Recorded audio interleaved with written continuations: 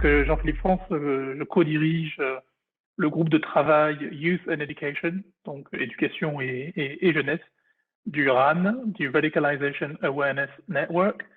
Je pense que tout le monde, ou la grande majorité des 160 participants à ce séminaire, mais d'autres vont nous rejoindre, connaissent le RAN. Le RAN a été créé il y a bientôt 10 ans. Enfin, nous célébrerons l'anniversaire de création du RAN dans quelques mois. Je vais vous présenter sommairement, donc vous voyez un PowerPoint qui défile. Je vais vous présenter sommairement le réseau, l'organisation de l'après-midi et vous donner quelques consignes générales.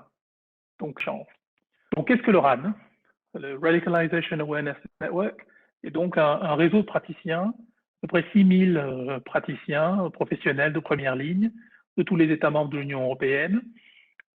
6000 praticiens qui travaillent quotidiennement sur ou avec des personnes exposées au risque de radicalisation ou avec celles et ceux, des enfants, des adultes, qui ont déjà été radicalisés. Pour certains, sont sous main de justice ou ont été sous main de justice. Si on peut retenir 3 grands verbes pour définir l'action des groupes de travail du RAN, il en existe 9.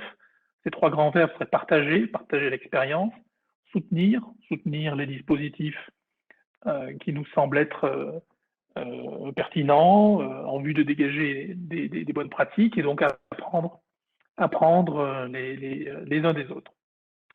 À l'issue du séminaire, vous serez en principe redirigé vers une page web qui est un formulaire de sondage qui vous permettra d'en savoir un petit peu plus à la fois sur vous et puis sur ce que vous avez pu retenir de ce webinaire sous cette forme-ci.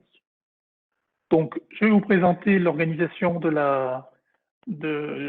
l'après-midi, du programme, puisque nous aurons 3 temps principaux avec 3 intervenants que je présenterai assez rapidement, mais ils pourront eux-mêmes compléter leur présentation. Donc Francesco Farinelli, puis Bruno Cédran, puis Alioun Yang. Vous voyez que dans la structuration qui est proposée, à la fin de chaque présentation, il y a un temps d'échange, questions-réponses, et puis il y a aussi un temps d'échange final pour clôturer ces travaux. Vous aurez donc la possibilité de poser vos questions, de les formuler dans la partie Q&A en bas à droite. Pour ceux qui connaissent les activités du RAN et se souviendront qu'en novembre 2019, le groupe de travail qui s'appelait alors Éducation, RAN Edu, avait organisé un séminaire sur les idéologies extrémistes d'inspiration religieuse, un sujet donc très proche du nôtre. La conférence avait permis de définir le processus de radicalisation, ainsi que les notions d'extrémisme, les stratégies de recrutement des jeunes en particulier. Les participants avaient cherché en 2019 à identifier les premières bonnes pratiques pédagogiques et quelques gestes professionnels permettant d'aborder aussi sereinement que possible les discours polarisants au sein de la classe. Les participants du séminaire s'étaient donc séparés après avoir rappelé le rôle crucial que joue l'école et les politiques éducatives dans la politique publique de protection de l'enfance face aux idéologies extrémistes. Alors, les États développent des politiques éducatives qui visent à promouvoir les valeurs démocratiques et la citoyenneté. Les récents événements, notamment les attentats terroristes de Vienne et de Conflans-Sainte-Honorine en France, ont permis d'identifier d'autres tendances, notamment des comportements de certains élèves dont il est difficile de dire s'ils relèvent d'un processus de radicalisation ou d'actes de provocation envers l'autorité représentée par les enseignants qui sont identifiés à la République, à la démocratie et aux valeurs qu'elle porte. La conférence avait donc souligné l'importance d'aborder avec les élèves au sein de la classe des questions comme la stricte égalité entre les sexes, afin de rompre avec des comportements visant à opposer une forme de résistance vis-à-vis des femmes dans l'institution scolaire, La multiplication des discours haineux, antisémites, xénophobes, conspirationnistes peuvent également s'accompagner de comportements prosélytes qui n'ont pas leur place à l'école, en avaient convenu les participants.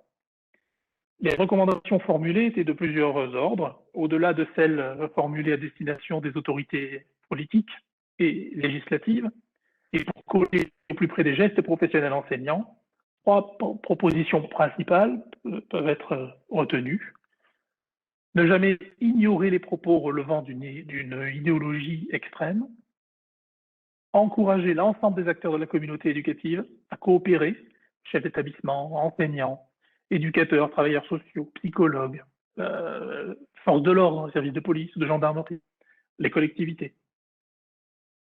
Et troisième axe principal, développer l'esprit critique des élèves, l'éducation aux médias et à l'information, aux théories du complot, sensibiliser les élèves aux techniques de manipulation mentale, l'instruction puis l'éducation morale et civique y contribue en effet pour une large partie.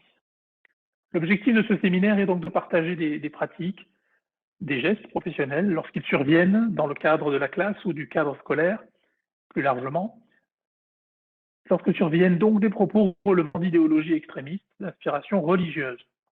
Cette précaution oratoire prise, on voit bien que l'objectif ici n'est pas de montrer du doigt une religion particulière ou ni même l'expression d'une foi qui peut être parfois exacerbée.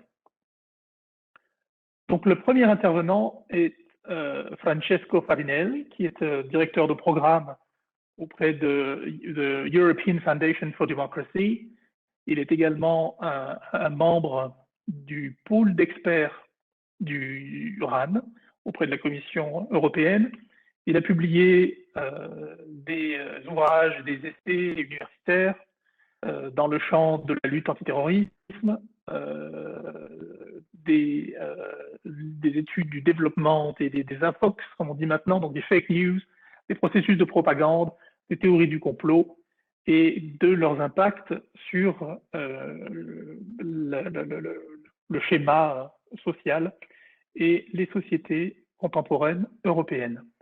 Donc, je laisse la parole à Francesco, que je remercie d'avoir accepté, je remercie d'avoir accepté notre invitation pour une intervention qui s'intitule donc Gestion des idéologies extrémistes d'inspiration religieuse dans les écoles, qu'il va peut-être compléter. Francesco, je t'invite à allumer à la fois ta caméra et ton micro. Et tu as la parole, merci. Oui, oui, merci. Merci beaucoup, Jean-Philippe. Bon après-midi.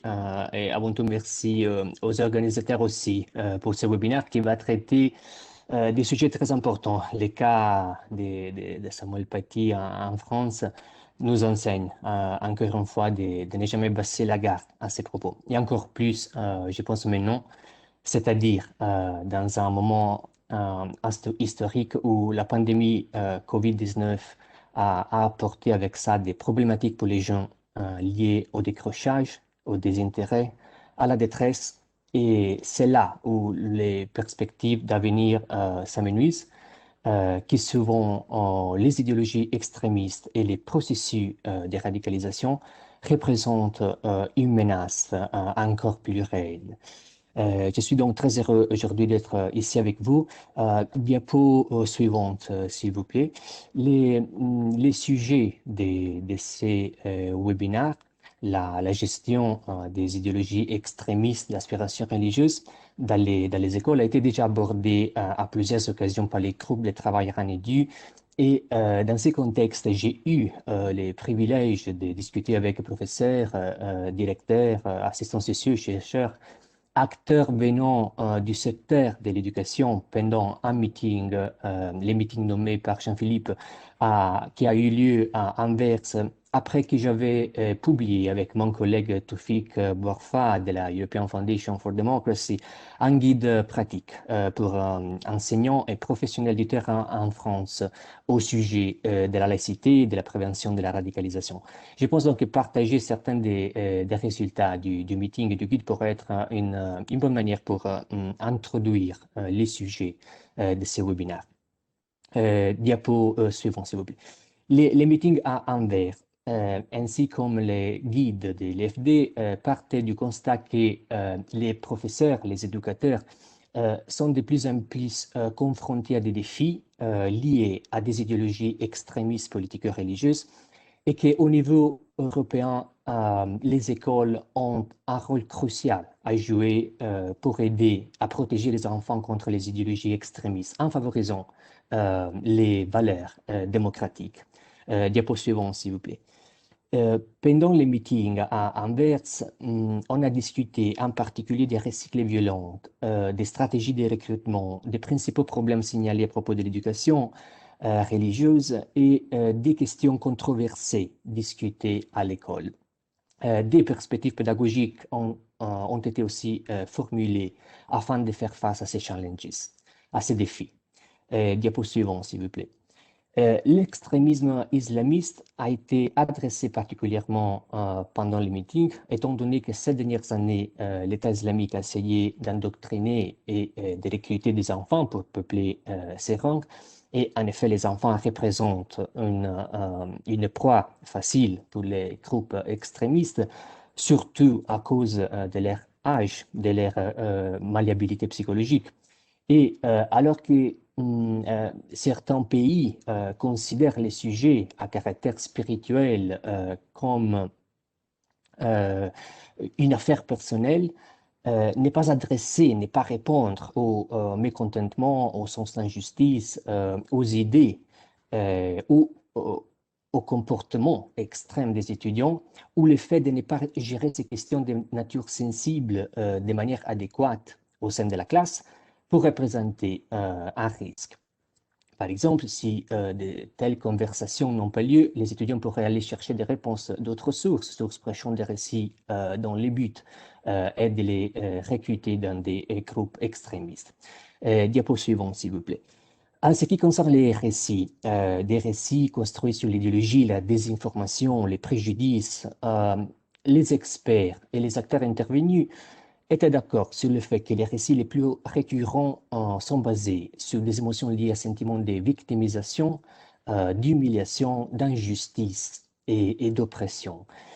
Donc des récits tels que l'Ouest est en guerre avec l'islam, ou l'islam sunni fait face à une alliance croisée composée des chiites, des chrétiens, des juifs, ou encore que le califat de l'État islamique est la société parfaite en accord avec les principes de l'islam, contribue à déclencher des processus de polarisation, de radicalisation sociale.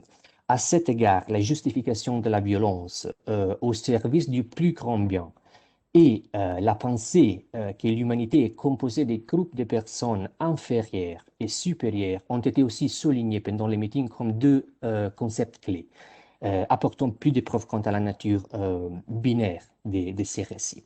Diapo suivant, s'il vous plaît.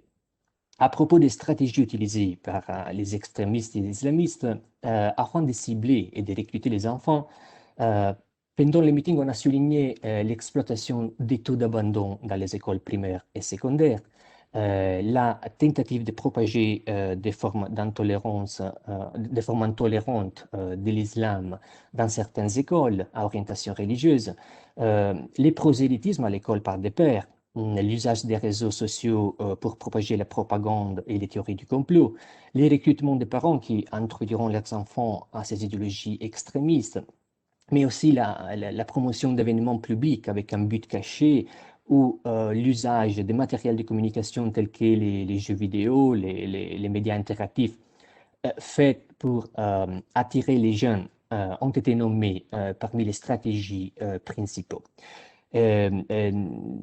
Diapo suivant, s'il vous plaît. En ce qui concerne les lieux, les endroits de recrutement, les écoles, les instituts d'éducation supérieure, ainsi comme les mosquées illégales, certaines écoles à orientation religieuse, les hotspots de recrutement avec des groupes radicaux, les recrutements en ligne et les cercles familial parental ont été signalés parmi les plus utilisés. Diapo suivant, s'il vous plaît. Il y a aussi des facteurs spécifiques au genre dans les recrutements que je pense sont très intéressants pour une réflexion au sujet de ces webinaires. Facteurs qui ont été discutés pendant les meetings. Les femmes, les hommes reçoivent des promesses différentes par les groupes extrémistes violents d'aspiration islamiste par rapport au rôle. Pour les femmes, par exemple, elles ont le devoir de garder la pureté de la nation, de l'honneur de la famille, en tant que mère, de socialiser les enfants dans l'état d'esprit idéologique extrémiste, jouir de l'égalité des femmes musulmanes, être des supportrices des hommes et dans certains cas, être une combattante, une camarade d'armes, disons. Pour les hommes, par contre, il y a des rôles de protection des femmes et des communautés contre la perception de l'agression d'hommes étrangers, l'effet d'être le décideur au sein de sa famille, une construction de la masculinité à travers la dévaluation des autres masculinités, surtout la dévaluation de l'homosexualité, et bien sûr d'être un soldat, être un combattant, être un héros qui va être un martyr, un shahid. Prochain diapo, s'il vous plaît. Du point de vue du genre, il faudrait aussi considérer, à mon avis, le fait que les attaques perpétrées par les femmes extrémistes, surtout les jeunes filles, tendent à recevoir plus de visibilité par les médias. Et à ces propos, les groupes extrémistes essaient d'exploiter l'attention des médias internationaux pour propager leur propagande et promouvoir une histoire de David et Goliath dans laquelle, par exemple, les forces ennemies sont manipulées dans la position inconfortable de devoir se battre contre des enfants ou contre des femmes. Diapo suivant, s'il vous plaît. Donc, à ces sujets et dans ces contextes, les écoles en Europe doivent faire face à de nombreux défis. Des questions controversées spécifiques discutées à l'école ont été signalées durant les meetings, pendant les interviews aussi conduites par l'European Foundation for Democracy, et particulièrement à propos de l'identité des étudiants, de leurs croyances religieuses, de leur orientation sexuelle, de leurs origines ethniques et des différents contextes culturels. De plus, d'autres questions sensibles ont été mises en lumière, comme par exemple les questionnements de certaines valeurs démocratiques et constitutionnelles pour des motifs religieux, la dévaluation des femmes et les refus de l'autorité des femmes, professeurs et éducatrices spécialisées, les racismes, les théories du complot et apocalyptiques, les prosélytismes à l'école ou aux abords d'établissements scolaires. Prochain diapo, s'il vous plaît. On a beaucoup discuté aussi des cas de médersas, des structures éducatives islamiques que les enfants musulmans doivent souvent suivre pour apprendre l'arabe ou comment réciter les Corans, disons, pour acquérir aussi la connaissance de la jurisprudence de l'islam. Selon certains académiques, ces écoles pourraient aider à améliorer le pluralisme dans nos sociétés. Cependant, selon d'autres études, ces écoles peuvent aussi contribuer au phénomène de l'extrémisme violent. Pendant les meetings, a été abordé un cas d'étude spécifique, celui des médersas en Angleterre, qui évidemment n'est pas parfaitement superposable à la situation française ou de la Belgique, mais qui a donné la possibilité de réfléchir autour de certaines questions critiques signalées comprenant un apprentissage homophobe, dans quel cas l'interdiction de rester amis avec des enfants qui ne sont pas musulmans, une éducation sexuelle inadéquate, l'absence d'affection formelle et la propagation des messages aux antipodes des valeurs de l'État et des conflits aussi avec l'éthos, les valeurs du système scolaire. Des questions, des défis qui ont été utilisés pour réfléchir au sujet des structures éducatives en Europe. Prochain diapo, s'il vous plaît. Dans ces cadres des défis, comme disait Jean-Philippe, les enseignants, les professionnels de terrain, les écoles, je disais, ont un rôle crucial à jouer pour aider à protéger les enfants contre les idéologies extrémistes. Par exemple, assurant qu'il y ait des débats équilibrés en classe ou intégrant les étudiants venant de différents contextes culturels, engageant dans des dialogues avec les étudiants pour découvrir les raisons derrière les attitudes, les comportements changeants et sensibilisons aussi les élèves sur les dangers de l'endoctrination et de la radicalisation. Les enseignants et les professionnels de terrain qui ont participé au meeting ont réfléchi autour de ces sujets dans une perspective pédagogique et ont donné des recommandations. Au niveau général, on a souligné l'importance de stimuler les enfants à développer leur esprit critique, les faire participer à l'expérience démocratique à l'école, les aider à cultiver leur capacité de résolution des conflits, l'importance de coopérer avec les familles, si possible, pour gérer les sujets sensibles concernant leurs élèves, de ne jamais tourner les dos aux idéologies extrémistes résonnant en classe, d'avoir un entraînement continu pour les enseignants et la nécessité cruciale, je dirais, des coopérations étroites parmi les différents acteurs. Tout ça a été reconnu comme des bonnes pratiques en général pour la prévention. Après ça, des recommandations plus spécifiques pour les directeurs d'école, les professeurs, les gouvernements ont été formulées. Diapo suivante, merci. Pour les directeurs, pour les chefs d'établissement, les directeurs d'école, l'implication directe du directeur de l'école a été définie cruciale lorsqu'il s'agit de débattre des sujets sensibles et des problématiques de radicalisation en classe. C'est important qu'il ou elle investisse dans des projets sur le long terme qui se concentrent sur l'apprentissage de la citoyenneté active et qui, il ou elle, facilite les connexions entre l'école et les parents, ainsi comme la construction d'une relation de confiance avec le staff. Les autres conseils incluent l'importance de mettre à la disposition des enseignants des salles de classe afin que les professeurs puissent travailler sur les sujets de manière interdisciplinaire. Tout ça a été considéré très important, ainsi comme la possibilité d'inviter des experts externes afin d'analyser les spécificités des différents sujets sensibles, faciliter le dialogue avec les parents aussi au sujet des différentes initiatives à l'école à cet égard. Diapo suivant, s'il vous plaît. En ce qui concerne les professeurs, parmi les conseils formulés, il y a le fait de parler constamment avec les élèves plutôt que parler d'eux en classe.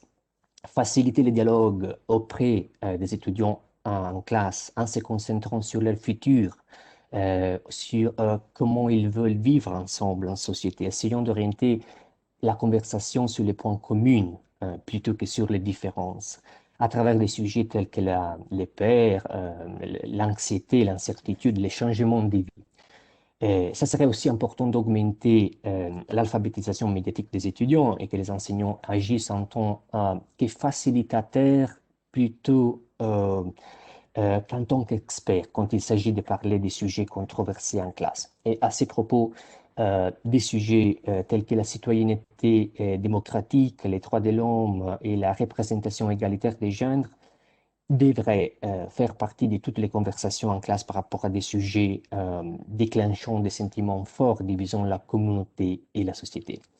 Diapo suivant, s'il vous plaît. En conclusion, en ce qui concerne les gouvernements, parmi les recommandations formulées, il y avait le fait d'introduire les sujets vie et société dans les cursus de toutes les écoles de tous les pays européens, de mettre en place un suivi des écoles confessionnelles privées ainsi que des structures éducatives auxiliaires lorsque ce n'est pas le cas, afin d'éviter la diffusion des discours extrémistes politico-religieux polarisants et antidémocratiques, la nécessité d'investir dans le dialogue avec les écoles et la nécessité de restaurer d'une part l'image de l'État. Dans les cas où la cohésion sociale des citoyens, l'aide sociale, les services sociaux sont perçus comme étant faibles ou opposés aux vrais besoins de la jeunesse. Et de l'autre part, l'image des professeurs en société, améliorant par exemple leurs compétences au travers des formations ciblées. Et investir aussi dans des outils de prévention qui puissent être utilisés par les professeurs. À ces propos, et je terminerai ici cette partie introductive au webinaire en ce qui concerne les outils de prévention, je pense que afin de répondre aux interrogations des acteurs de terrain, il est impératif d'aller droit au but et de donner des réponses concrètes à des cas concrets. C'est évident qu'il n'existe aucune réponse simple à ces questions, à ces problèmes complexes. Mais c'est évident aussi, à mon avis, qu'il faudrait adresser les cas spécifiques dans les contextes spécifiques des différents pays européens, ayant comme phare, ayant comme guide les valeurs européennes, mais adressant les différentes spécificités des différents contextes où les enseignants travaillent. Parce que bien que certains guides soient disponibles sur les thèmes de la radicalisation, de sa prévention à l'école, plusieurs enseignants interviewés jugent ces matériels trop abstraits ou dépourvus, disons, d'une réelle transférabilité dans les cadres de la classe. Je vous remercie beaucoup d'avoir écouté. Je reste à votre écoute aussi pour les débats qui va suivre les interventions des experts dans ces webinaires. Donc, merci beaucoup. Intéressant d'éclairer. La première est qu'est-ce qu'un hotspot de recrutement? Et je pense que la question va au-delà de la simple traduction par point ou centre de recrutement. Est-ce qu'il y a une définition opérationnelle? Oui, merci pour la question. Définition opérationnelle, bon, si je devais faire un exemple pratique, si on pense à la situation française, par exemple, on a parlé très souvent de certaines situations dans la périphérie des Paris ou de certaines villes en France où il y a des situations difficiles à gérer et où il y a des groupes radicaux, des groupes extrémistes qui facilitent euh, pour les plus jeunes, pour les plus faibles, euh, la possibilité d'être recruté dans un environnement extrémiste.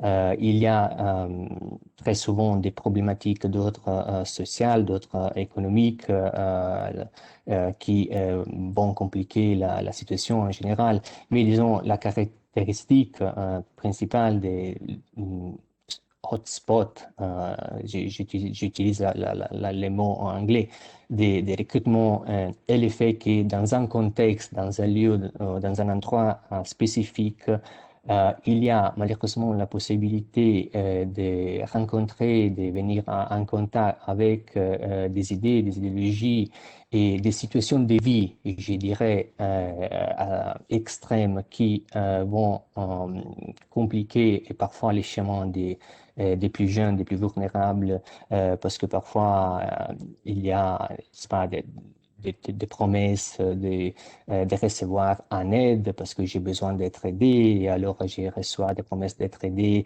mais il s'agit apparemment des groupes qui ont des buts cachés, et donc l'aide que je reçois aujourd'hui, je le payerai très cher demain, par exemple.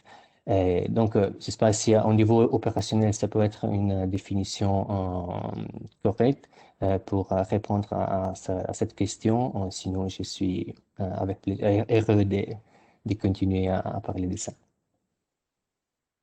Merci Francesco.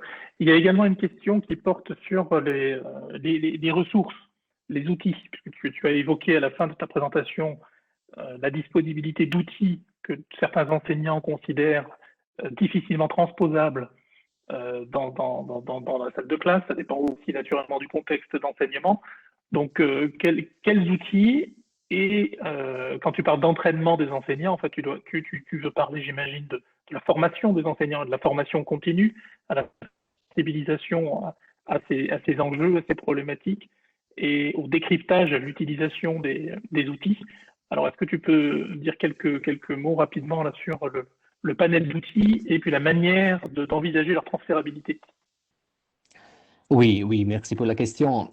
Et je voulais dire que parfois, les enseignants, les praticiens aussi, non, ils sont ou elles sont appelés à lire, à suivre les développements juridiques, par exemple, non? Et ça arrive qu'ils ou elles ignorent comment mettre en pratique la législation relative à la prévention de la radicalisation, par exemple. Dans de nombreux pays européens, bien qu'un certain nombre de brochures, de définitions, d'essais et d'articles sont disponibles sur ces sujets, euh, les questions liées à la radicalisation ne sont pas, par exemple, un sujet d'études spécifique à l'école. Donc, c'est pas facile à gérer. Et si je pense en particulier aux enseignants, aux praticiens interviewés par l'FD, il est rapporté, par exemple, les difficultés qu'ils ont à détecter des signes, indicateurs clairs de radicalisation chez leurs élèves dans certains pays. La difficulté, je disais, à changer leur rôle d'expert en facilitateur lorsqu'il s'agit de parler des sujets sensibles en classe. Certains d'eux, ils ou elles sont préoccupés par leur obligation de signaler dans certains pays les cas de radicalisation aux autorités. Et ça arrive, par exemple, pour trois raisons principales. La première raison était qu'ils ou elles ne sont pas sûrs, je disais, des signes détectés, en particulier dans les cas limites. La deuxième raison est qu'ils ou elles ne sont pas tout à fait conscients parfois des conséquences de leurs rapports. Il n'y a pas un véritable dialogue parfois entre eux, les forces de police et l'État, par exemple.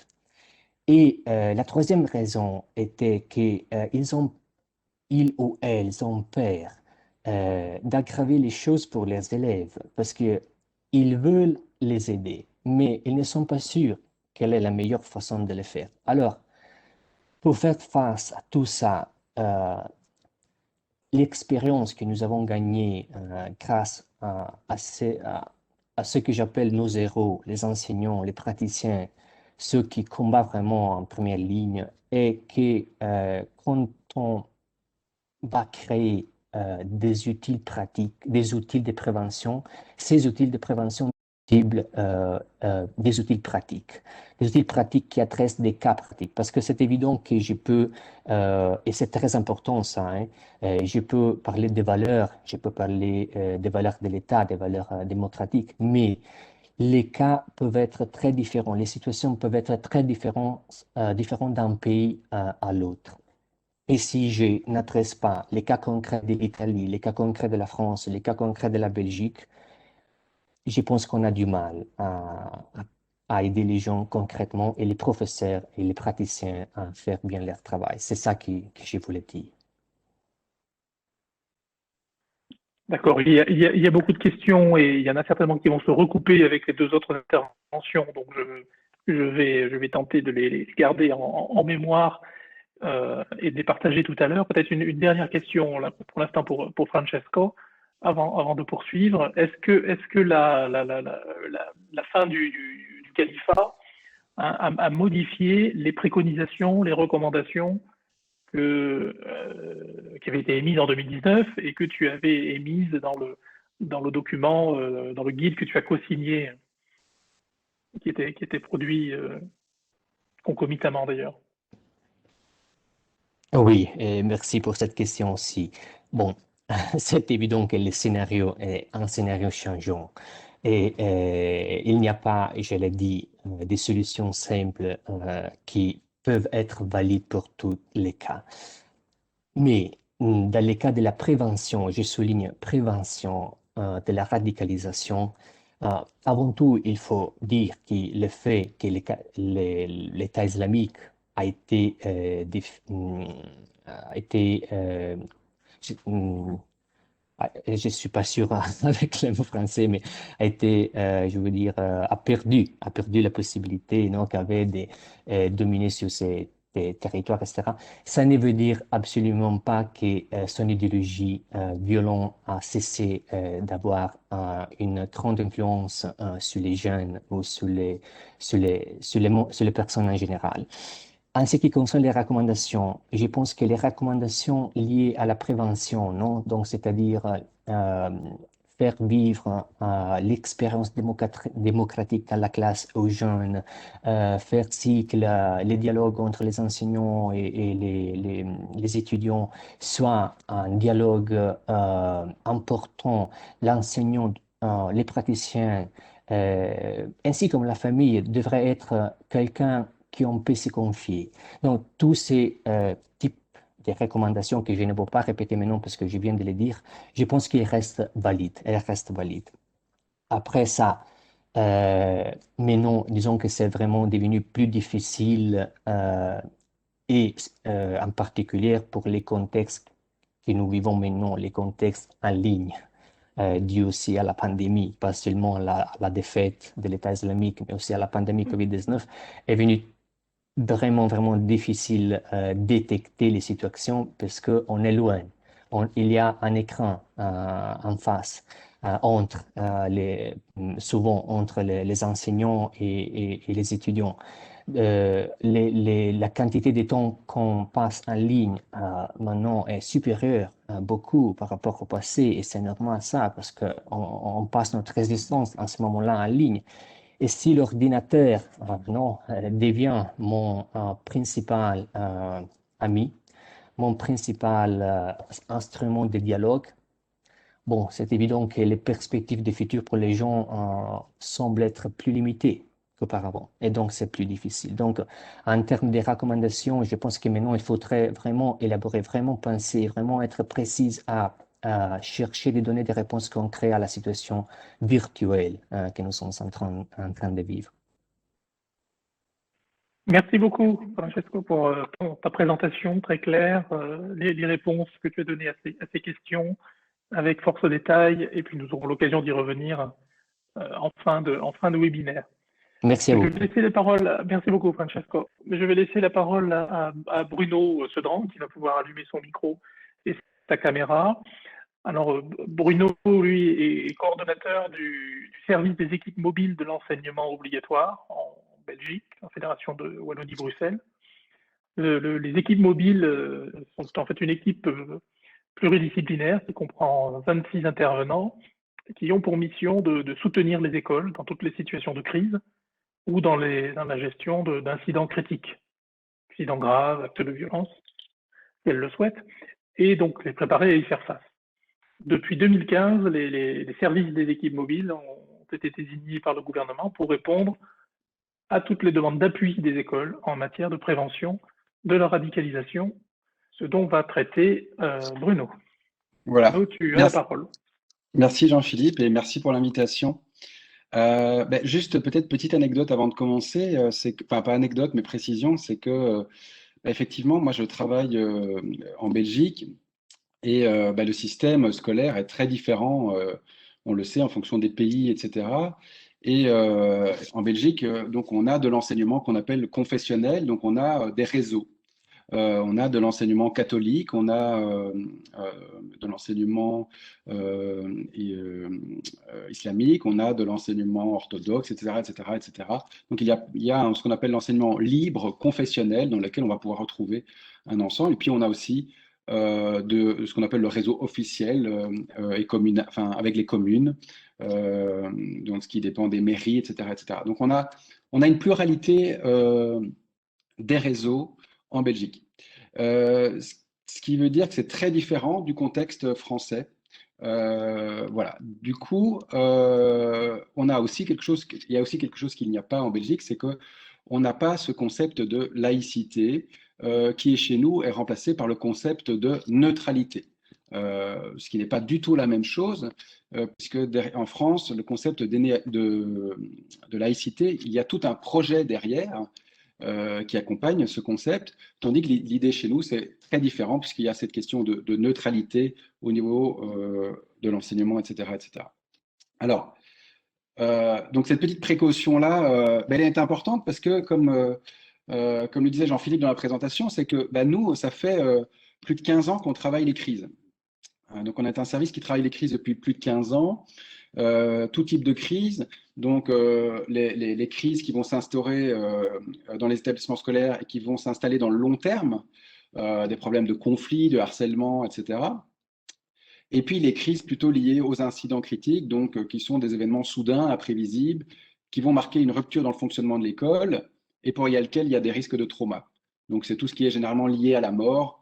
Je ne vais pas m'étendre sur le sujet, ce n'est pas l'intérêt aujourd'hui. Mais pourquoi je parle de ça? C'est parce que pour pouvoir mener à bien ces missions, on a été formé à plusieurs choses, notamment à la Croix-Rouge, en intervention psychosociale urgente.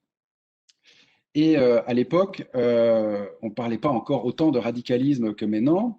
Et quand les attentats à Charlie Hebdo ont eu lieu, évidemment, on a été appelé dans des établissements scolaires suite à des problématiques de type des élèves disaient je ne suis pas Charlie, et le prof arrivait avec le badge en classe où il était écrit je suis Charlie. Arrivait énormément de conflits dans la classe et mes équipes étaient appelées à gérer ces problématiques de conflits. Et c'est sur base de cette expérience en gestion de situations de crise qu'on a reçu à l'époque une mission de prévention du radicalisme. Alors, comme beaucoup de monde, à l'époque, c'était quelque chose qui était très nouveau. Et donc, on a essayé, on a été voir un petit peu ailleurs, etc. Et souvent, ce qu'on se rendait compte, c'était que la prévention du radicalisme était axée sur la prévention du passage à l'acte. Et donc, il y avait toute une question qui était liée au signalement de la problématique, au signalement via des indicateurs, etc., etc. Et donc, voilà. Et donc, du coup aussi, on demandait aux enseignants de signaler les problématiques et de les remonter aux autorités pour qu'ils prendre des mesures. Ce qu'on s'est rendu compte, c'est que ça posait plusieurs problèmes sur le terrain. Premier problème que ça posait, c'était d'abord la question de repérer. Donc, quand est-ce qu'on repère un élève qui va se radicaliser? Et donc, malgré tous les critères qui étaient mis en place, il y avait pas mal de choses qui étaient parfois aussi un peu farfelues. On se rendait bien compte que les enseignants commençaient à être, on leur donnait une mission d'aller repérer des choses pour lesquelles ils n'avaient pas été formés. Et puis en plus, ça les mettait à mal. Ça les mettait à mal parce que pour qu'il y ait éducation, et donc ça c'est vraiment très important, pour qu'il y ait éducation, il faut un lien de confiance. Il faut que l'élève ait confiance vis-à-vis de l'institution éducative, vis-à-vis de son enseignant. Il faut qu'il ait confiance pour poser des questions. Il faut qu'il ait confiance pour un certain nombre de choses. Et donc, on se rendait compte qu'à partir du moment où les élèves aussi allaient se retrouver dans des environnements dans lesquels il risquait d'avoir un phénomène de méfiance entre les acteurs, ça allait poser des problèmes. Et donc, on s'est mis justement en termes de charnière entre la dimension sécuritaire, hein, donc effectivement, il y a des cas où le risque de passage à l'acte est très clair. On a été appelé dans des situations où il a fallu travailler étroitement avec la police. Et puis, il y a d'autres situations où on n'est pas dans ce cadre-là et on doit vraiment prévenir peut-être un passage à la radicalisation. On a eu des cas de harcèlement sur notamment une jeune fille qu'on disait radicalisée alors qu'elle ne l'était pas, et avec un signalement qui a été fait par d'autres élèves à la police, alors que cet élève était complètement victime de harcèlement. Et donc, il a fallu travailler avec toute l'équipe éducative, avec l'école, justement, pour essayer de prévenir cette radicalisation, parce que, comme le disait tout à l'heure Francesco, la dimension de victimisation est très importante. Donc, il fallait aussi tenir compte de ça, et donc là, il y avait cet impact-là. Alors, ce qu'on a mis en place, c'est première chose, c'est que on a essayé de mettre en place quelque chose qui permettait de dire, on a parlé en termes d'inquiétude. Au lieu de parler de degré de radicalisation, parce que moi je ne sais toujours pas aujourd'hui qu'est-ce qu'une personne qui est un petit peu, très fortement ou très très fortement radicalisée, on a parlé plutôt en termes d'inquiétude. Et on a demandé au chef d'établissement, par rapport, c'est ce qu'on met en pratique pardon, quand on intervient, on demande quel est leur niveau d'inquiétude. 0, ils n'auraient pas fait appel à nous, tout va bien. 10, ils auraient fait appel à la police directement parce que on craint le passage à l'acte. Et donc, ça nous permet aussi de travailler quelque chose par la suite qui va être, est-ce qu'on va réussir à diminuer ces inquiétudes en mettant tout un travail au niveau de l'élève, de la classe, de l'école parfois, etc. Deuxième chose, c'est ce que je viens de dire, c'est qu'on va travailler avec différents niveaux d'intervention. Et ça, on le retient de nos autres pratiques en termes de crise, c'est qu'il y a plusieurs niveaux d'intervention. Il y a le niveau individuel, le suivi du jeune, de sa famille, par exemple. Il y a le niveau groupal, un travail avec la classe. Il y a parfois un niveau institutionnel, un travail avec l'école, avec les enseignants, etc., en termes de formation, etc., etc. Alors, autre élément par rapport à ça qui est intéressant, et ça je voulais le mettre vraiment en avant, c'est que une fois qu'on a fait ça, on doit rentrer dans l'action. Et je voulais mettre en avant un certain nombre de choses auxquelles on doit faire attention quand on intervient dans les écoles aujourd'hui, ou est-ce qu'on essaie de faire de la prévention vis-à-vis des enseignants. Première chose souvent, c'est que les enseignants ont tendance à essayer de régler la problématique seuls. Et c'est une bonne chose. C'est une bonne chose qu'un enseignant se sente formé et adapté pour régler la problématique seul. Mais malheureusement, souvent, ce qu'ils vont essayer de mettre en place, ce sont des débats. Donc, on a des sujets qui ont l'air d'être problématiques et l'enseignant va lancer un débat. Alors, ça, vraiment par expérience, généralement, ça se termine pas bien du tout. Ça renforce la problématique. Alors, pourquoi ça renforce la problématique? Parce que généralement, le débat, c'est la confrontation des points de vue individuels. Et donc, avec une personne, par exemple, qui va défendre des théories du complot, etc., ça va juste augmenter le fait qu'il va vouloir prouver un certain nombre de choses, ça va le mettre en recherche individuelle par rapport à un certain nombre de choses. Donc, ça va le pousser encore plus à aller à défendre son point de vue. Ou à l'inverse, ça va augmenter le sentiment de victimisation. Voilà. Donc, ça risque aussi de polariser la classe. Et donc, c'est ce qui arrive souvent.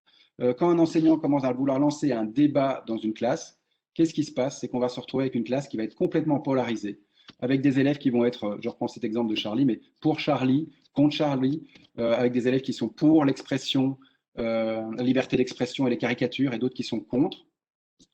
Et on va augmenter en créant ce débat, on va augmenter la confrontation des points de vue et on va renforcer la problématique.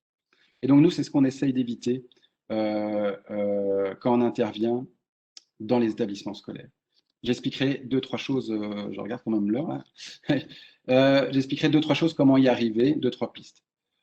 Autre élément, c'est qu'on tient toujours compte de la dimension émotionnelle. Et ça, c'est ce qu'on a appris dans le cadre de nos interventions lors des incidents critiques, c'est qu'il y a toujours une émotion qui va être générée quand il y a un lien qui va être lié notamment à la question des attentats, avec, etc. Et donc, c'est très important d'en tenir compte. Et c'est très important que l'enseignant soit au clair avec l'émotion qu'il va avoir. Donc, c'est aussi le travail qu'on fait parfois quand on intervient, c'est d'essayer de comprendre quelle a été l'émotion qui a été générée chez l'enseignant notamment. Exemple, si un élève dit je ne suis pas Charlie », l'enseignant il peut avoir par exemple 2 émotions. Je ne vais pas rentrer très loin dans les détails ici, ce n'est pas le propos, mais il peut avoir une émotion qui va être de la peur, en se disant mais j'ai peur parce que c'est potentiellement un terroriste, c'est potentiellement quelqu'un qui va se radicaliser, qui pourrait passer à l'acte, etc. Donc, il peut aussi avoir de la colère. Il peut être en colère par ses positionnements en disant mais ce n'est pas juste, etc., etc. Et nous, ce qu'on sait, c'est qu'à chaque émotion, il y a des réponses qui sont appropriées. Et ce qui est important, c'est de repérer l'émotion pour pouvoir apporter la bonne réponse. La même chose chez les élèves, hein, d'ailleurs, pas seulement chez les enseignants. Et donc, par exemple, la réponse de peur, qu'est-ce que ça demande comme réponse? Ça demande de la protection et de l'aide. La réponse liée à la colère, ça va être de l'écoute, de la compréhension et de la réparation. Alors, pourquoi je parle de ça aussi? Parce que quand on est chef d'établissement, directeur d'école, c'est parfois important d'être à l'écoute aussi des enseignants par rapport à ça et de pouvoir arriver à repérer quand un enseignant arrive avec la problématique qu'il a dans sa classe, dans quelle émotion il est. Alors, ce qui est encore plus compliqué, c'est qu'il peut y avoir peur et colère. Les choses peuvent se mélanger à certains moments, etc., etc. Et pouvoir déjà bien y répondre, ça va permettre de circonscrire la problématique. Ça va permettre aussi d'apaiser aussi l'enseignant et ça va le mettre aussi dans des conditions de pouvoir au mieux gérer sa classe par la suite. Et donc là, au niveau des équipes mobiles, on le sait, même nous, on le fait quand on intervient, on essaie de se faire le point sur quelle est l'émotion qu'on peut avoir par rapport à une intervention. Deuxième chose, il ne faut jamais oublier que les élèves qu'on a en face de nous, c'est des jeunes qui sont en formation. Ça veut dire que quand ils disent « je suis Charlie », ce n'est pas tant un point d'exclamation qu'il y a à la fin de la phrase. C'est peut-être une interrogation, c'est peut-être un point d'interrogation. Et donc, l'enseignant, son travail, ça va être d'essayer de transformer ce point d'exclamation en un point d'interrogation. Alors, je vais rentrer dans des formes de pistes de solutions, hein, parce que je voulais quand même proposer des choses un petit peu concrètes. Nous, ce qu'on essaie de travailler avec les équipes éducatives, c'est notamment, justement, pour essayer de sortir de la question du débat, c'est 2 choses qui sont les discussions à visée philosophique, ou ce qu'on appelle autrement la communauté de recherche philosophique. Donc là, vous pourrez retrouver chez Michel Tozzi ou Matthew Lipman des informations par rapport concrètement à ce que sont ces méthodes. Mais ce qui est intéressant dans ces outils, c'est qu'ils vont permettre de construire un commun via une réflexion collective sous forme d'une discussion. Et donc, on n'est pas du tout dans un débat dans lequel on va avoir la confrontation des points de vue. C'est une méthode qui va essayer de déplacer le conflit socio-affectif. On va essayer de sortir de l'émotion pour mettre en place un conflit socio-cognitif. Et ce qui est doublement intéressant, c'est que il y a 3 choses qui vont être importantes et qui vont être très importantes pour l'élève et qui vont être très importantes aussi pour traiter de tout ce qui est théorie du complot, etc. C'est qu'il y a 3 points, c'est-à-dire arriver à formuler un questionnement et un auto-questionnement qui va permettre de problématiser des notions. Voilà, ça c'est vraiment très important. C'est cette question d'arriver à des notions. Ça veut dire quoi l'égalité homme-femme? C'est une notion très importante, mais c'est une notion. Ça va permettre de dégager une conceptualisation, et donc qui va essayer de déterminer c'est quoi ces notions. Et donc on va de plus en plus affiner sa pensée, et puis on va développer la question de l'argumentation pour essayer de valider des choses rationnellement. L'idée, c'est vraiment d'arriver à construire cette discussion commune pour sortir, justement, comme je disais tout à l'heure, de l'émotion. Francesco parlait aussi de la question du commun. Ça va permettre de créer ce commun et surtout, ça va permettre de mettre en œuvre le processus avec les élèves, qui au final est un processus d'une certaine manière démocratique, puisqu'on va pouvoir, on va pouvoir apprendre à délibérer de manière rationnelle. Ça va aussi permettre de développer un jugement moral. Et dernière chose par rapport à ça, c'est que nous, on entend beaucoup parler pour traiter la question du radicalisme, c'est de développer l'esprit critique. C'est souvent une mesure qu'on entend, développer l'esprit critique. Il faut développer l'esprit critique des jeunes. Et sur ça, c'est que nous, on a toujours une petite boutade, c'est de dire que les jeunes qui ont des théories du complot, ils sont très critiques, justement. Ils sont même extrêmement critiques. Ils sont même défiants par rapport à tout un ensemble de positions parfois rationnelles. Ils sont dans une suspicion généralisée qui va ouvrir la porte aux croyances parfois les plus folles. C'est ça aussi auquel sont confrontés parfois les enseignants, c'est-à-dire qu'ils constatent bien qu'il y a des croyances derrière, on voit bien des théories derrière complotistes un peu folles.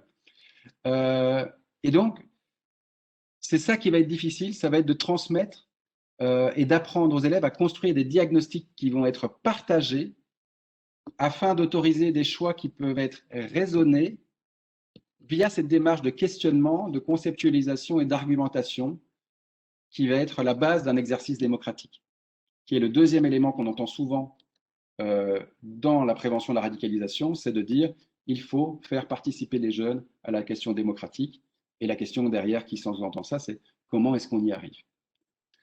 Voilà, sur base de ces réflexions que je vous transmets également, je pense que j'ai fini le temps qui m'était alloué. Je vous laisse de la place pour pour les questions-réponses. Et merci beaucoup Bruno. En attendant que les questions se manifestent, je vais si tu es d'accord, essayer de faire une synthèse de 2-3 points qui ont été évoqués alors, suite à ta présentation et à celle de Francesco, et essayer de te demander de clarifier un ou deux éléments. Alors, il y a une personne fait remarquer dans le chat, enfin, la partie questions-réponses, qu'il y a en France le principe de laïcité qui oblige les enseignants à une stricte neutralité. Alors, on peut essayer de sortir de l'ornière en disant que les enseignants sont les fonctionnaires d'État en France et que le statut général des fonctionnaires impose la neutralité dans le cadre de leur activité professionnelle et publique, dont, par exemple, la neutralité confessionnelle et convictionnelle. Bon. Tu soulignes la tendance qu'ont qu'ont certains enseignants, c'est peut-être plus vrai dans le premier degré que dans le second degré, à s'engager dans l'articulation de débats, et on comprend, et on partage cette idée que c'est une mauvaise bonne idée, ou une fausse bonne idée. Voilà. Et l'articulation que tu nous proposes en 3 points, afin de sortir du champ émotionnel, donc questionner, conceptualiser, affiner la pensée et argumenter, va certainement faire écho chez les enseignants hein, qui nous écoutent. Malgré tout, comment je reviens à ce que disait Francesco tout à l'heure. Francesco disait, si l'école n'aborde pas certains sujets, et notamment ceux qui nous préoccupent, les élèves vont alors être tentés de se tourner vers d'autres sources pour trouver des réponses. Alors comment, dans le cadre d'une stricte obligation de neutralité, en ayant présent à l'esprit l'idée qu'il faut absolument sortir du champ de l'émotion pour générer une pensée rationnelle, articulée et argumentée, quel geste professionnel, quel premier bon réflexe pourrait avoir un enseignant qui serait confronté à une situation comparable à celle-ci? Mais, alors déjà, en Belgique, le premier bon réflexe qu'on essaye de voir avec les enseignants, c'est qu'ils en parlent, qu'ils essaient de ne pas se retrouver seuls par rapport à cette problématique en tant que telle. C'est-à-dire, souvent, quand ils vont mettre en place quelque chose, ils vont le faire seuls pour essayer de maintenir leur classe de manière organisée, quoi. Et c'est souvent là que ça commence à déraper parce que d'abord l'enseignant il est jamais seul, hein, il fait partie du corps enseignant et donc il a au moins sa direction qui peut être présente, enfin qui peut l'aider, en tout cas le soutenir, je le disais tout à l'heure, hein, donc un soutien de la direction et un soutien de l'institution scolaire, c'est très important. Parce que on se rend compte que les enseignants ont besoin de ça également, hein, qu'on se retrouve sur la même longueur d'onde avec sa hiérarchie. La deuxième chose, c'est que surtout quand les problèmes commencent à arriver, hein, si on a des plaintes de parents parfois à certains moments, c'est vraiment important que la direction soit sur la même ligne. Alors chez nous, ce qu'on dit aux écoles, c'est que s'ils ne savent pas, autant qu'ils fassent appel à nous, que les directions fassent appel à nous. Comme ça, on peut vraiment accompagner la direction. Donc, du coup, ils ne se retrouvent pas seuls. L'important, c'est ce que je disais tout à l'heure, c'est vraiment déjà de faire le point sur ses propres… Est-ce qu'on est au clair déjà avec ses propres valeurs et avec quand l'élève arrive avec quelque chose, qu'est-ce que ça renvoie chez nous? Un élève qui dit moi, je vous partage une anecdote que j'ai lue ce matin dans mes demandes d'intervention, mais une élève qui dit moi, la place de la femme, donc c'est une jeune fille qui vient de se convertir et qui dit moi, la place de la femme, de toute façon, c'est à domicile, etc., qui dit ça à une enseignante. Ça l'a énormément choqué parce que c'était la journée de la femme, etc., et cette enseignante, ça l'a vraiment touchée dans ses propres valeurs et elle a tout de suite répondu. Et sur la base de l'émotion, elle a tout de suite répondu, ce qui a entraîné un certain nombre de choses. Donc je disais, c'est ça qui est très important, c'est d'être déjà au clair sur qu'est-ce que ça vient toucher chez nous quand un élève arrive avec un certain nombre de choses. Alors, je sais bien qu'en France, il y a toute cette question, je reviens sur cette question sur la laïcité, etc. Ce qui est parfois très compliqué pour avoir fait pas mal d'interventions en France notamment et puis dans d'autres pays, c'est qu'effectivement, on a l'impression qu'il n'y a qu'une forme de démocratie. C'est-à-dire, ça c'est vraiment important aussi de se rendre compte, c'est qu'on a l'impression que la démocratie en Belgique, en France et en Angleterre, pour prendre ces trois-là, c'est exactement la même chose, sauf qu'en fait, c'est des cultures complètement différentes. On va retrouver une démocratie d'inspiration de Locke en Angleterre et rousseauiste en France, ce qui fait que ce n'est pas du tout la même manière de voir le multiculturalisme, par exemple. Je disais tout à l'heure, concept de neutralité en Belgique et concept de laïcité en France. Le concept de laïcité, c'est un concept qui a un plein, donc c'est-à-dire qu'il y a un vrai projet derrière avec tout un ensemble de choses. C'est spécifiquement à l'État français. En Belgique, c'est un concept de creux, c'est-à-dire que nous, on ne s'autorise pas à parler de certaines choses, par exemple, puisque chacun est en droit de s'inscrire notamment dans le réseau, etc., etc. Et nous, on va intervenir, c'est très important pour nous, parce qu'on on peut intervenir dans une école de confession islamique, par exemple. Et on va mettre en place les mêmes outils que dans une école catholique ou dans une école laïque, entre guillemets. Et donc, ce qui est vraiment important, c'est que pour un enseignant, c'est qu'avant qu'il arrive sur avant de rentrer sur un terrain, est-ce qu'il est bien au clair est-ce qu'il a des outils à disposition, est-ce qu'il est au clair avec son émotion, et est-ce qu'il sait où il va aller? Voilà. Ça, c'est vraiment très important que les enseignants se rendent bien compte de ça, c'est que ils doivent avoir, entre guillemets, un plan derrière la tête et pas simplement créer une discussion. Il doit avoir un objectif derrière ça. Et sur le base, est-ce qu'on peut parler de tout? Ben, moi, je pense qu'on peut parler de tout. Il n'y a pas de problème. On peut évoquer on peut tout évoquer. La difficulté, justement, c'était de la manière de l'évoquer et est-ce que l'enseignant va être apte à pouvoir travailler les choses en déplaçant les problèmes aux endroits où ils doivent, comme je disais tout à l'heure, à conceptualiser les choses. C'est très intéressant. Pour ça, il y a un petit livre, on a une collection en Belgique qui s'appelle Yapaka, qui est très intéressante, qui est un outil de prévention en termes de formation, qui est à destination d'un peu tous les intervenants. C'est gratuit, vous pouvez le trouver sur Internet. Et il y a un petit livre qui a été publié de Michel Tozzi sur la discussion à visée philosophique, par exemple. Et ce qui est intéressant derrière, c'est qu'il dit justement on peut tout aborder avec des petits ou des grands, etc., etc. Mais la question va être justement comment est-ce qu'on va travailler le cheminement par rapport à ces questions-là. Il faut vraiment toujours se rappeler que ce qu'on sait avec un enfant, c'est qu'il n'a pas toujours tous les concepts et toutes les notions, mais parfois quand on a un élève de 14-16 ans, on l'oublie ça.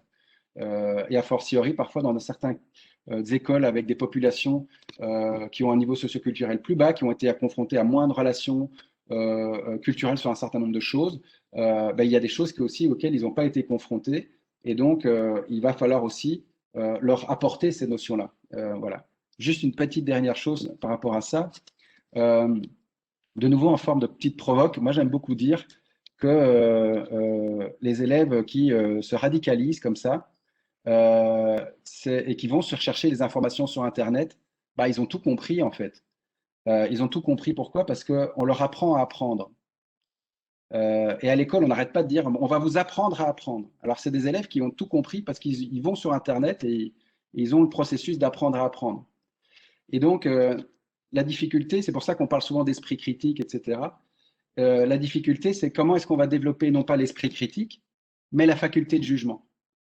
Et c'est ça le gros enjeu aujourd'hui de l'école, c'est qu'il y a apprendre à apprendre, mais en plus, il y a la question de la transmission d'un certain nombre de choses qui va permettre aux élèves d'avoir certaines notions, etc., etc. Et ça va leur permettre de développer une faculté de jugement, par exemple, sur un certain nombre de points. Voilà. Je vais passer donc la parole à notre troisième intervenant de l'après-midi, Alioun Niang, qui est employé donc depuis 2016. C'est un éducateur et responsable pédagogique sous la tutelle, désolé mon allemand est très approximatif, mais de la Fachstelle à Berlin. Il a fait des études de droit à l'université de Dakar, puis d'histoire et de lettres modernes. Son champ d'action tourne donc autour des thèmes suivants, l'islam dans la société allemande, les ressentiments et les préjugés, notamment contre les musulmans et le salafisme comme forme de révolte chez les jeunes. Donc Alioun, merci d'avoir accepté notre invitation et je te cède la parole. Merci pour l'invitation. Vous arrivez à m'écouter? Vous me voyez aussi? C'est parfait. Top. J'ai été un peu plus rapide en voulant partager mon écran, mais oui, merci encore une fois pour l'invitation. Avant de commencer, moi, je voulais revenir sur ce concept très spécifique quand même de l'Allemagne qu'on appelle l'éducation à la citoyenneté. Donc, c'est une tentative de définition. Donc, le mot exact n'est pas vraiment approprié parce que donc, je voulais revenir sur cette notion, sur ce principe qu'on appelle politische Bildung en Allemagne, que j'ai essayé de traduire avec la notion d'éducation à la citoyenneté. Donc, c'est un concept qui est vraiment destiné à l'Allemagne, c'est un concept qui regroupe pas mal de matières, que ce soit la philosophie, les études sociales et d'autres thèmes. Donc, comme l'Allemagne, c'est un pays fédéral, donc on a des États fédéraux. Donc, chaque État a son système scolaire. Mais après tout, chaque État se retrouve sur cette notion d'éducation à la citoyenneté. Donc, il y a un budget vraiment général de l'État fédéral qui subventionne beaucoup de projets. Et parmi ces projets, il y a notre organisation OUFOU qui est financée par pas mal de structures étatiques et régionaux aussi. Donc, on travaille autour de ce concept ou bien notion qu'on appelle politische Bildung, éducation à la citoyenneté. Donc, on essaie à travers ce concept d'aborder pas mal de thèmes, que ce soit les attentats ou bien la laïcité, la neutralité. Il y a aussi un autre concept qu'on appelle le sécularisme, qui est aussi différent de la laïcité et de la neutralité aussi. Donc, il y a tous ces volets qui participent dans l'abordement de cette question de l'éducation à la citoyenneté. Donc, moi, personnellement, mon champ d'action, donc, j'interviens auprès des écoles, je donne des séminaires aux enseignants, pratiquement presque pareillement avec la citation de Cédran. Donc, je vais dans les écoles, dans les maisons de jeunes, je fais des séminaires avec des enseignants, des travailleurs des maisons de jeunes.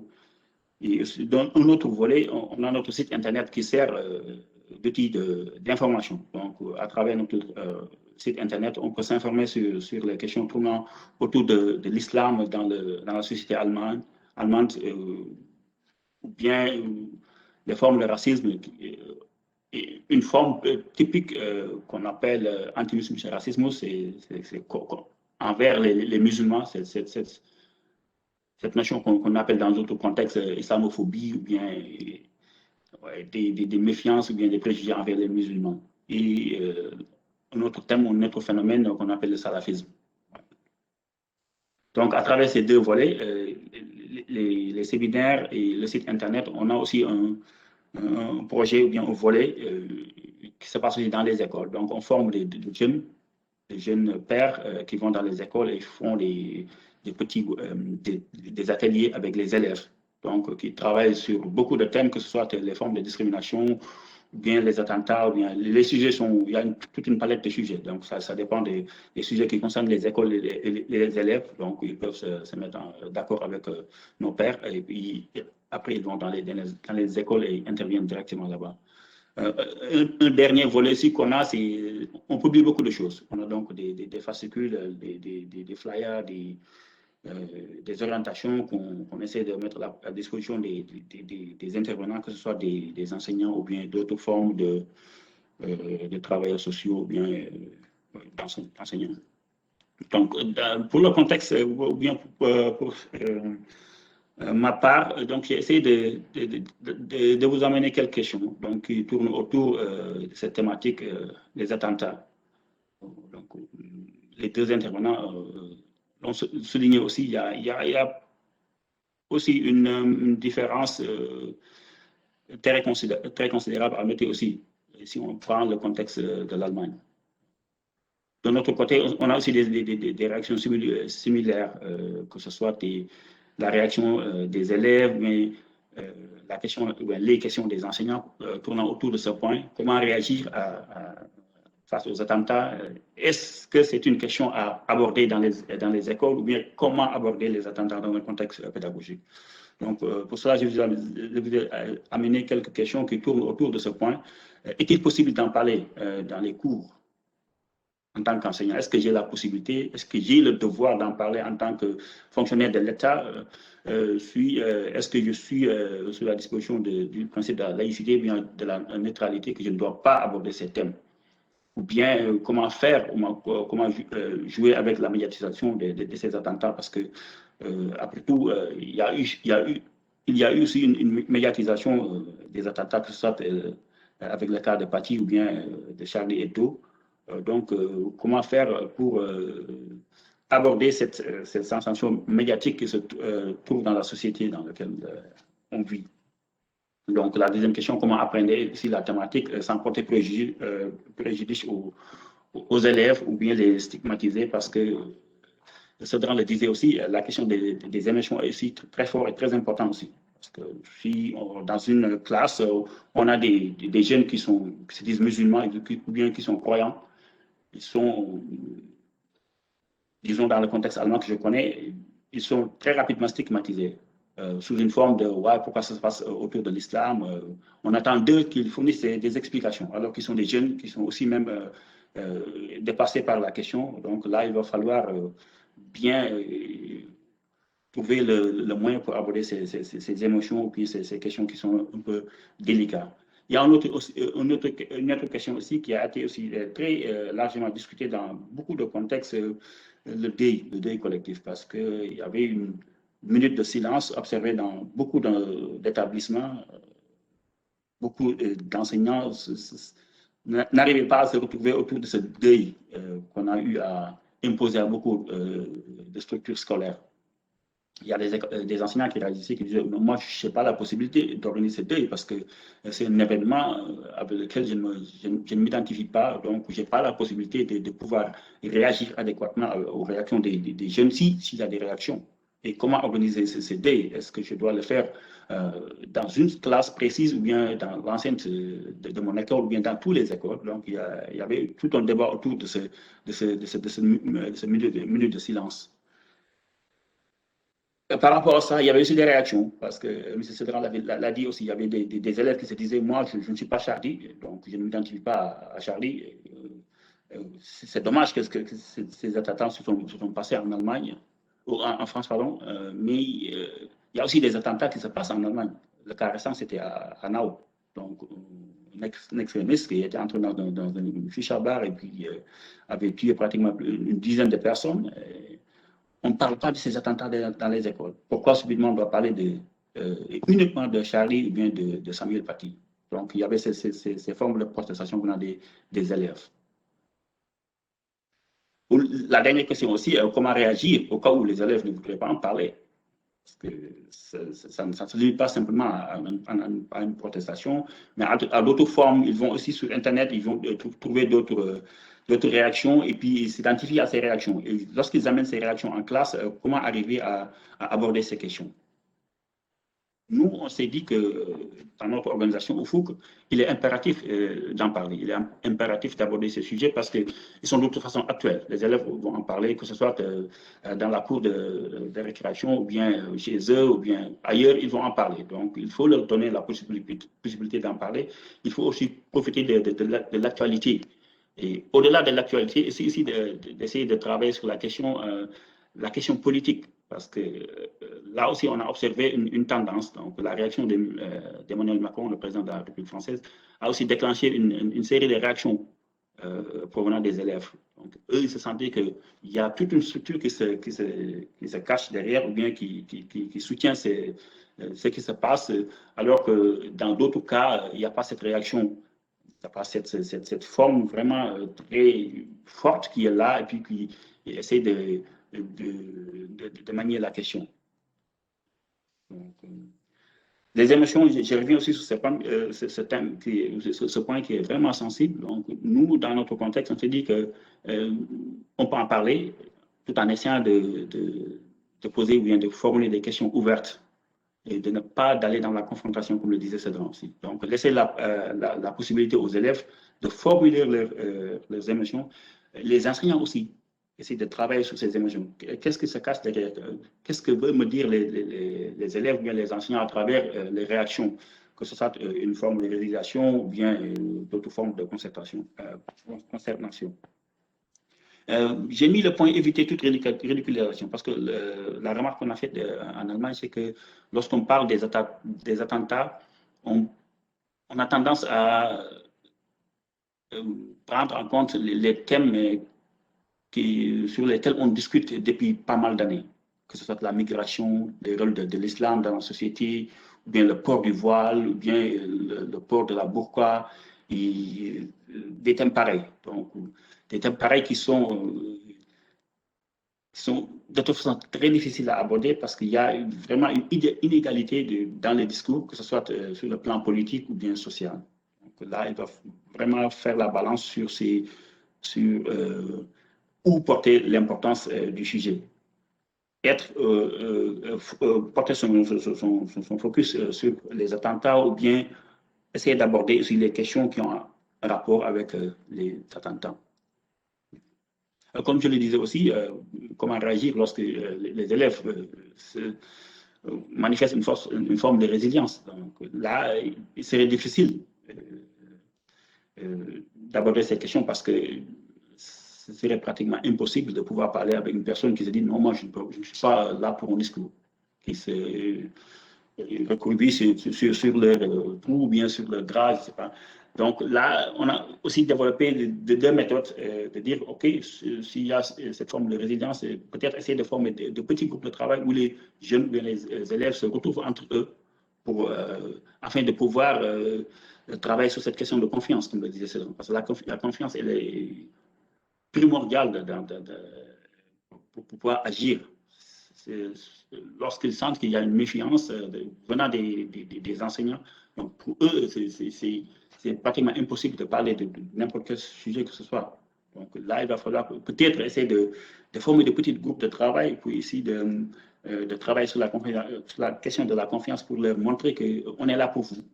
On s'intéresse à vos émotions, vos réactions, et puis tout ce que vous amenez, on va essayer de travailler avec. Un autre accès aussi qui s'est avéré aussi très productif, c'est de trouver une personne de confiance, que ce soit un enseignant particulier, ou bien un parent d'élève, ou bien, je ne sais pas, une personne qu'on connaît. On pourrait aussi prendre comme support pour pouvoir faciliter la discussion, ou bien l'accès à certains problèmes ou débats qui sont difficiles. Mais comme je le disais, avec la structure de l'éducation à la citoyenneté.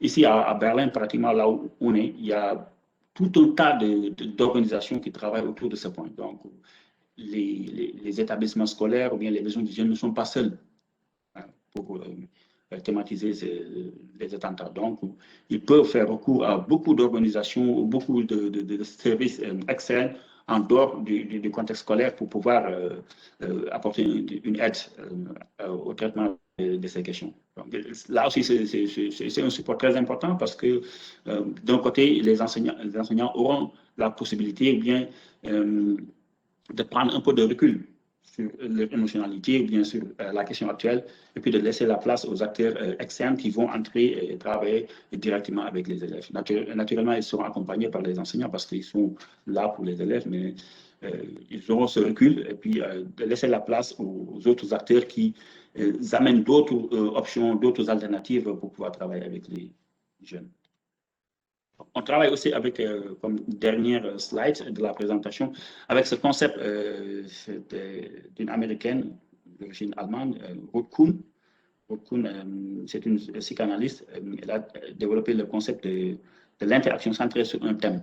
C'est un concept très complexe, mais qu'on utilise pour traiter des thèmes particuliers, comme par exemple les attentats. Donc, pour Ruth Kuhn, il y a pratiquement un triangle, donc un triangle avec trois acteurs principaux, une personne individuelle, un groupe et puis un thème. Le thème, ça peut être les attentats, mon individualité, ça peut être la personne ou bien l'élève dans la classe et le groupe, la classe ou bien le groupe scolaire. Donc, dans cette interaction, il y a ces trois éléments qu'il faut prendre en compte. Donc, il ne s'agit pas tout simplement de dire comment je me sens en tant que personne, si je suis concerné par les attentats ou non, ou bien si le thème des attentats est au-dessus de tout le monde, il faut prendre aussi en compte la réaction du groupe, c'est-à-dire les affinités.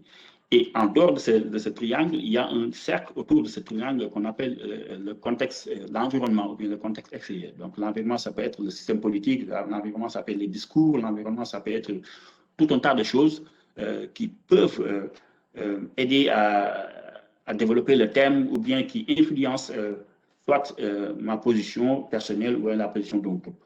Donc, pour résumer ce concept d'interaction centrée sur un thème, essayer de prendre en compte l'interaction avec tous les éléments qui jouent un rôle dans cette tendance à traiter un sujet ou un thème. Merci beaucoup, Alioune. Il y a quelques réactions dans les commentaires, et des liens certainement à faire dans quelques minutes entre les trois interventions, en essayant d'aborder des questions, disons, un petit peu plus larges. C'est intéressant d'avoir cette perception de ce que tu appelais l'éducation à la citoyenneté, telle que définie outre-Rhin. C'est vrai qu'on a beaucoup évoqué depuis le début de l'après-midi, et on va y revenir, les spécificités nationales, alors qu'elles soient législatives, notionnelles, conceptuelles ou historiques. Il y a aussi en France une instruction, une éducation civique. D'abord, une éducation civique qui est introduite en 1870, après la bataille de Sedan. Et c'est une éducation qui est présentée comme une réponse patriotique, avant tout, dans un contexte de profonde remise en cause de la définition de la patrie.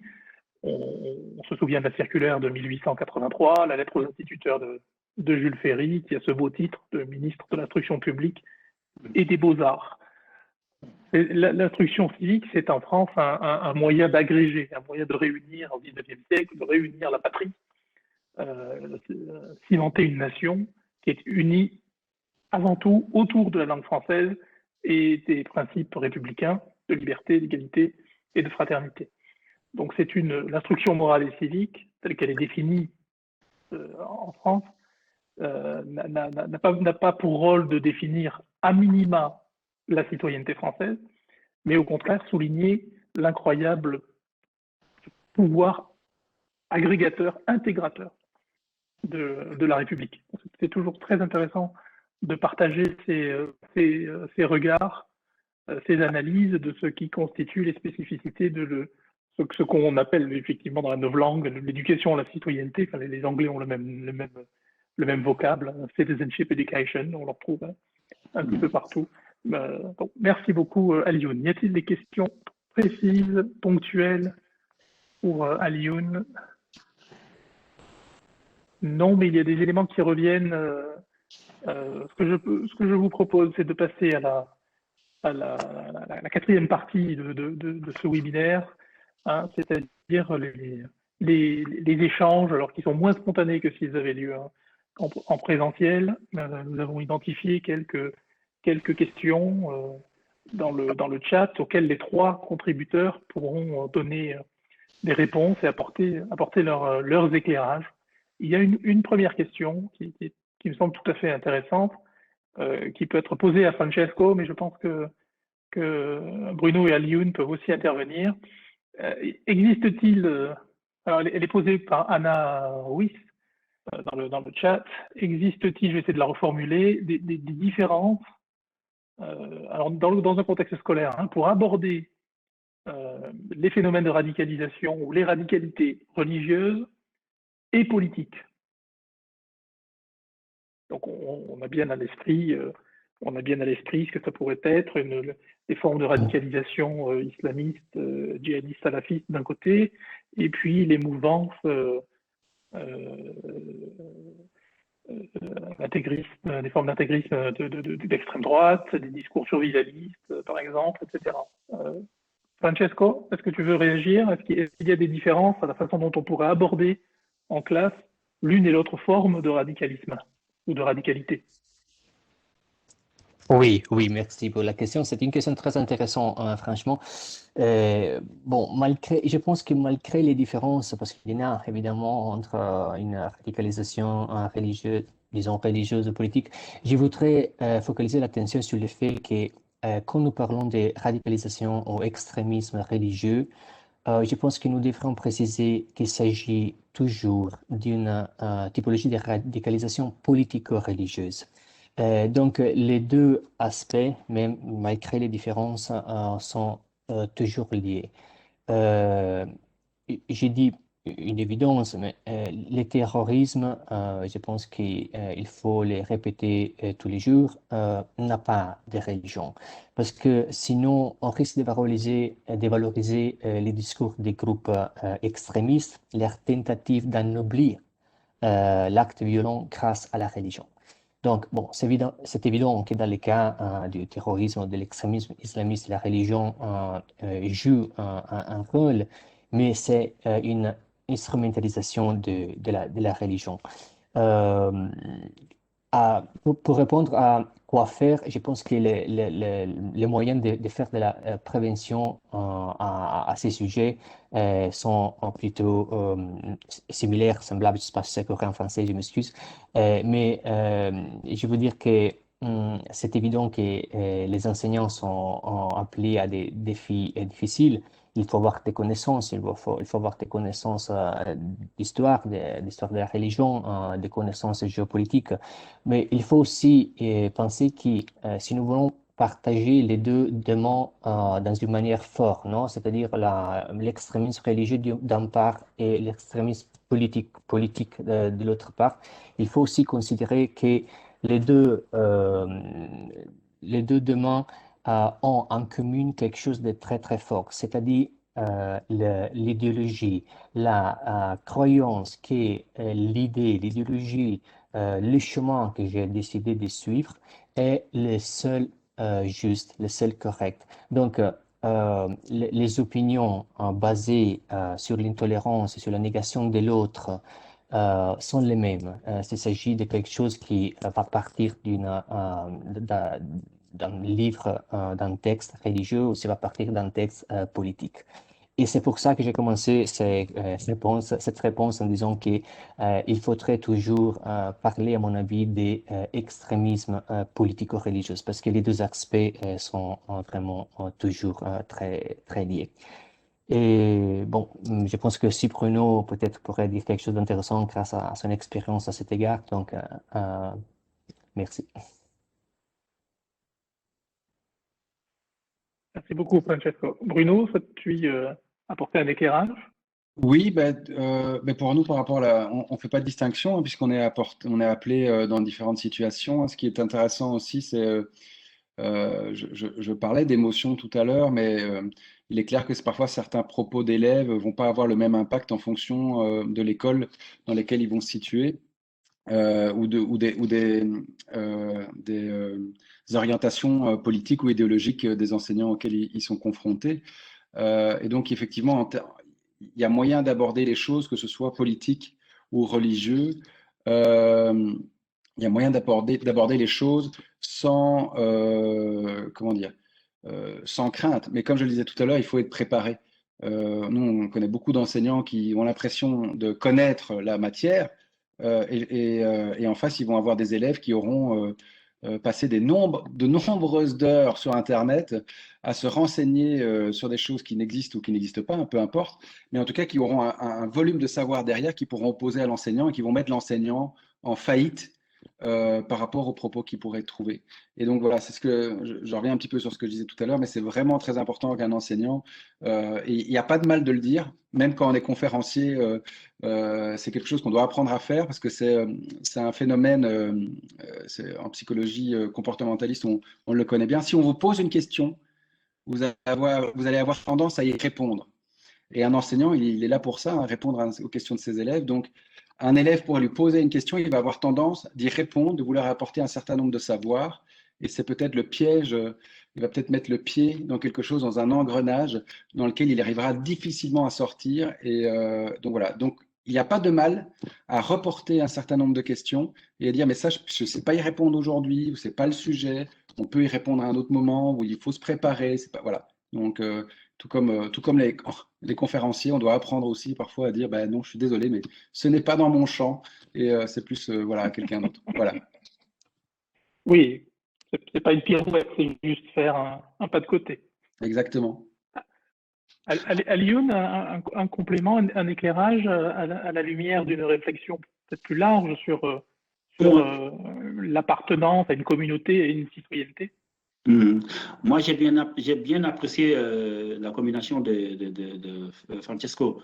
le contexte politico-religieux, parce que, après tout, que ce soit les groupes religieux ou bien d'extrême droite, ils essaient tout de tout faire pour formuler une plateforme politique. Donc, il se sert aussi de la politique pour pouvoir aboutir à l'idéologie. Donc, cette combinaison est réelle, elle est là. Donc, ils utilisent l'idéologie qu'ils essaient aussi de mener sur le plan politique, que ce soit la forme de faire une politique ou bien d'influencer certains partis politiques. On le voit aussi en Allemagne avec la montée de plusieurs partis d'extrême droite, que ce soit AfD ou bien autres partis d'extrême droite en France et ailleurs. Le contexte est le même.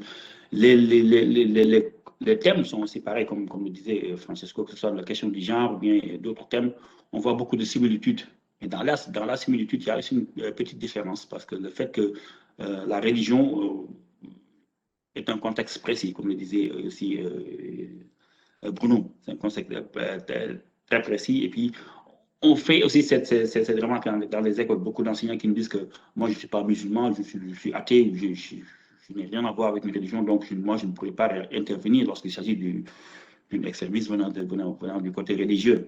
Donc là, je soutiens ce que Bruno et Francesco venaient de dire. Il va falloir amener une certaine expertise pour pouvoir faire face à ces réactions des élèves. Oui, merci beaucoup. Il y a une question qui revient aussi fréquemment, à la fois dans les échanges que nous avons là et tout. Moi, je vais tenter de proposer une première réponse. Nous, dans notre contexte, en Allemagne, on s'est rendu compte que dans le cas du sport, la question de la radicalité de la radicalisation n'est pas aussi développée que dans les écoles, parce que comme le sport, la plupart des sports, c'est un truc d'équipe. Donc, on est dans un groupe, on n'est pas exclu. Donc, on n'a pas la possibilité de se retirer pour pouvoir développer quelques tendances radicales. Donc là, on a observé dans notre cadre ici précis à Berlin que dans le domaine du sport, il y a moins de tendances radicales qu'à l'école ou bien dans d'autres secteurs. Mais n'empêche que c'est possible, bien sûr. Merci beaucoup. Bruno, Francesco, une remarque ou une idée de ressources ou de pistes pour aborder ce sujet?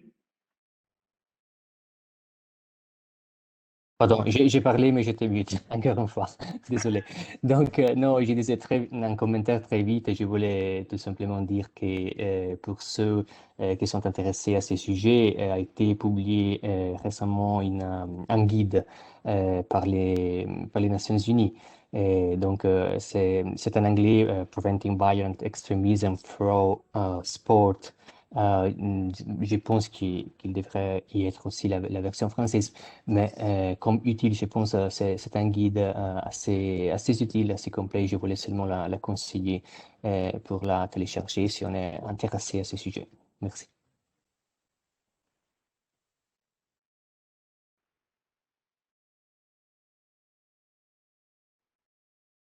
Entendu, merci beaucoup. On va pouvoir partager aussi ces éléments, ces ressources et ces guides avec l'ensemble des participants.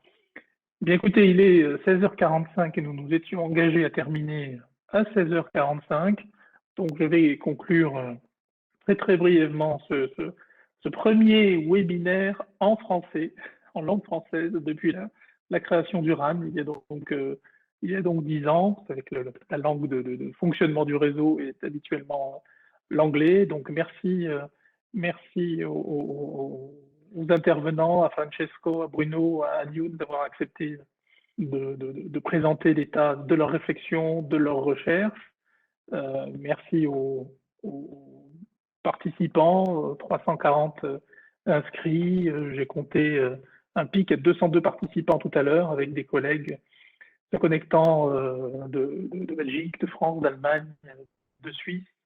Merci beaucoup. Merci aux équipes du RAN, de Radar qui œuvrent en coulisses et qui ont œuvré pour que le séminaire se passe bien, puisse s'organiser et que techniquement il n'y ait pas trop de soucis, d'anicroches. Il a été beaucoup question aujourd'hui de ressources, de guides, de pistes de lecture. C'est indispensable. Ça fait partie du cadre de réflexion épistémologique, de la réflexion que l'on mène tous les uns et les autres dans le cadre de notre formation continuée. Donc, il y a des ressources disponibles sur le site EduScol qui sont publiées en français, donc tout le monde peut s'y connecter, il n'y a pas de restriction particulière, sur des outils de prévention de la radicalisation en milieu scolaire. Et puis, comme il y a eu une question qui portait sur l'existence de formation en établissement, et qu'il y a beaucoup de collègues français, enseignants français connectés, je vous rappelle que chaque académie dispose d'une équipe académique valeurs de la République et que chaque recteur d'académie a un référent académique prévention de la radicalisation. Ce sont des interlocuteurs privilégiés pour vous. Et puis sur le modèle de la Belgique, la France a aussi, les académies ont aussi des équipes mobiles de sécurité qui sont là essentiellement avant tout pour aborder des questions de sécurité, de sécurisation des locaux, mais qui interviennent aussi sur ces questions qu'on va qualifier de connexes aux valeurs de la République dans le contexte français. Merci à toutes et à tous pour vos interventions, pour vos questions. Vous trouverez dans le chat un lien qui vous amène vers un sondage anonyme et qui sera analysé par l'équipe du RAN et de Radar. Merci encore et à bientôt pour un prochain webinaire du RAN, qu'il soit en anglais, qu'il soit en français, qu'il soit adossé au travail du groupe Jeunesse Éducation ou d'un autre groupe de travail du RAN. Voilà, il est coutumier de dire maintenant, prenez soin de vous, donc prenez soin de vous et des vôtres, et au plaisir de prochains échanges. Au revoir.